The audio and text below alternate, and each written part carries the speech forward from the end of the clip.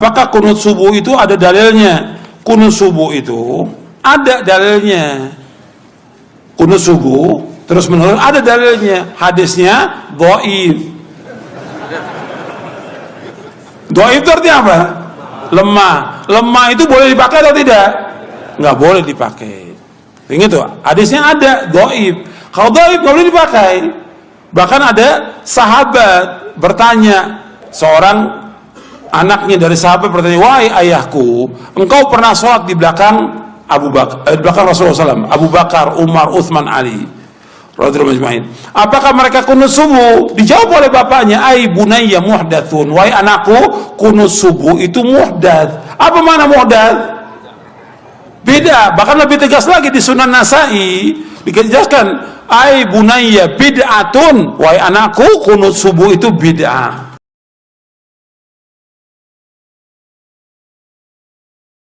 Tentang kunut, Nabi mengajarkan kunut, ada yang mempraktekkan, ada yang tidak. Beda ambil kesimpulan. Sebagian sahabat tidak kunut, Anas tidak kunut, tapi Ibnu Umar kemudian kunut, dua-duanya sahabat. Turun ke bawahnya, kemudian ada yang praktekkan, ada yang tidak. Imam Abu Hanifah tidak kunut, Imam Malik kunut, kunutnya sir sebelum ruku. Imam Syafi'i kunut, kunutnya jahar ba'da ruku. Imam Abu Hanifah, Imam Ahmad bin Hanbal ngambil tengah-tengah, kunutnya nazilah saja. Nazilah beliau kunut. Tapi satu dengan yang lain tidak ada pernah mengatakan, itu yang kunut bid'ah, itu jangan sholat di belakang dia. Tidak ada. Kenapa orang sekarang imam bukan, ahli fikih bukan, makmum kadang-kadang. Ya? Kenapa jadi pada rame? Dan yang paling berbahaya itu yang repot saya. Yang paling aneh itu ada kalimat-kalimat begini. Ustadz, bagaimana kami sholat di belakang ahli bid'ah? Yang kunut. Bagaimana status kami, kunut atau tidak? Ini aneh, bid'ah itu kan sesat. Tapi fatwanya keluar, ya kalau dia kunut, jangan kunut, antum diam saja.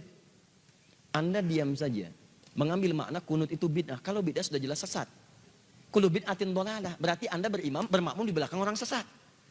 Tapi yang paling aneh Anda katakan, itu orang sesat, tapi Anda katakan boleh sholat di belakang dia. Itu kan lucu menurut saya. Tidak ada kaidah dalam fikih seperti itu. Yang satu salah persepsi menyebut orang ini sesat. Yang kedua boleh sholat di belakang orang sesat, tapi saat sesatnya jangan diikutin. Itu kan aneh itu. Ya. Dan yang paling lebih lucu lagi, Anda menyalahi kaidah sholat. Kata Nabi itu kan, innama ju'ilal imamu liyu'tamma bihi. Dijadikan imam untuk diikuti. Imam ruku, Anda ruku. Imam sujud, Anda sujud. Jangan imam ruku, Anda sujud. Salah. Imam kunut, Anda ikut kunut di belakang karena imamnya kunut. Kunut imam beda dengan makmum. Dalam hal lafadznya, imam mengatakan Allahumma hdina fiman hadait, Anda katakan amin. Dia mengatakan doanya, Anda mengaminkannya. Beliau berkunut, Anda mengaminkan kunutnya. Masalah Anda mengangkat tangan atau tidak, itu perbedaan lain. Tapi Anda ikuti. Jangan sampai imam kunut, Anda tidak. Allahumma hdina fiman hadait, bid'ah. Wa'afina fiman hadait, belalah. Rusak kehidupan. Ini apa? Dan saya nggak pernah mendengar yang seperti itu. Ini bukan kaidah namanya.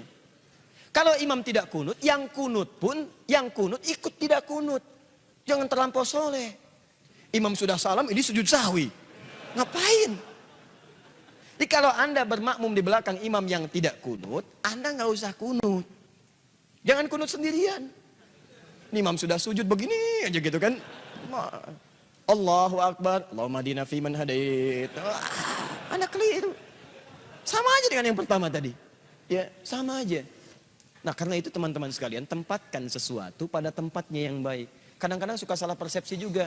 Bahasa hadis, Anda harus pelajari dulu bahasanya. Kadang-kadang ada bahasa begini, kadzab. Dalam bahasa standar normal, kadzab itu dusta.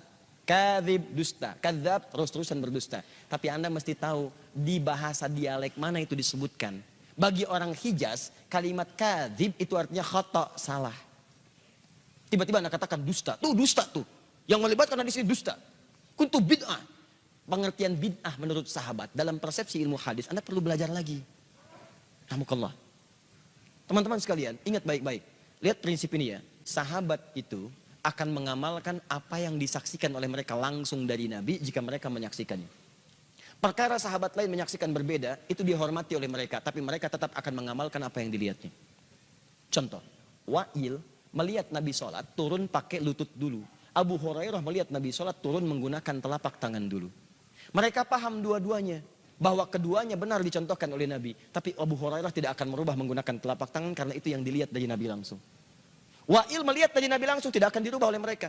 Makanya ketika ada orang mengatakan, bertanya, ya abati, duhai ayah, saya melihat sekelompok mereka melakukan kunut dalam subuhnya, bagaimana pendapat ayah? Bid'ah. Maksud bid'ah di situ bukan menyalahkan orang kunut, tapi maksudnya saya tidak pernah menyaksikannya saat saya bersama Nabi. Saya jaga amalan saya seperti saya lihat dari Nabi. Mungkin mereka melihat yang berbeda, tapi saya takut karena yang saya lihat tuh yang ini.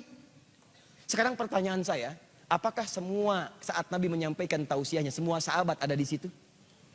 Belum tentu. Nabi di Madinah, yang di Madinah melihat Nabi, yang di Badar tidak. Nabi ke Uhud, yang di Uhud melihat Nabi, yang di Badar tidak. Mustahil Nabi ke Badar, semua orang Madinah ke Badar, kosong Madinah. Mustahil. Makanya kadang-kadang ada ayat turun di tempat ini, yang ini belum mengetahui. Ada hadis disampaikan di sini, yang ini belum paham. Nah, yang melihat di sini itu akan mengamalkan apa yang dilihat. Yang dilihat di sini itu mengamalkan apa yang dilihat. Makanya dalam kasus kunut ada yang mengatakan bid'ah, bukan bid'ah maksudnya. Kemudian, maaf, menilai bahwa perbuatan itu menyimpang dari ketentuan agama, bukan. Maksud dalam hadis ini adalah saya tidak pernah melihat itu sejak saya sholat di belakang Nabi. Makanya kalimat turunannya di hadis An-Nasai, saya sholat di belakang Abu Bakar, saya sholat di belakang Umar, saya sholat di belakang kemudian Utsman, saya sholat di belakang Ali. Sebelumnya sholat di belakang Nabi, tapi mereka tidak pernah berkunut. Karena engkau sholat di belakang mereka semua itu saat mereka tidak kunut. Tapi tahukah anda saat mereka sholat di tempat lain, ada orang yang bermakmum di belakangnya mereka kunut? Itu masalahnya. Jadi disimpulkan oleh para ulama, apa anda mau mengatakan Imam Syafi'i bid'ah? Wah kan imam itu manusia, bisa aja salah. Kalau Imam Syafi'i salah, guru anda salah. Saya lebih baik memilih Imam Syafi'i daripada guru anda. Karena diketahui peluang salahnya lebih kecil dibandingkan dengan anda sekarang. Itu poinnya, siapa yang lebih dekat kepada Nabi SAW? Syafi'i itu salaf. Salaf itu orang yang hidup di kisaran abad kedua hijrah. Batasnya 200 tahun hijrah. Ini salaf namanya. Di atas ini khalaf. Khalaf. Pengikut ini disebut dengan salafi. Imam Asy-Syafi'i lahir 150 hijrah, berarti salaf. Imam Abu Hanifah wafat 150 hijrah, salaf. Maaf, Imam Malik lahir 93 hijrah, salaf. Imam Ahmad lahir 163 hijrah, salaf. Anda lahir berapa hijrah? Berarti Anda bukan salaf. Nah, ketika Anda mengikuti ini semua, maka ini disebut dengan salafi. Saya kadang mau senyum lagi. Ustadz Adi itu bukan Ustadz salaf ya, emang betul. Saya Ustadz kholaf. Karena Ustadz salaf itu Ustadz yang lahir di kisaran tahun 200 hijrah. Kalau saya disebut Ustadz salaf berarti saya Ustadz yang diawetkan sampai sekarang. Yang salah.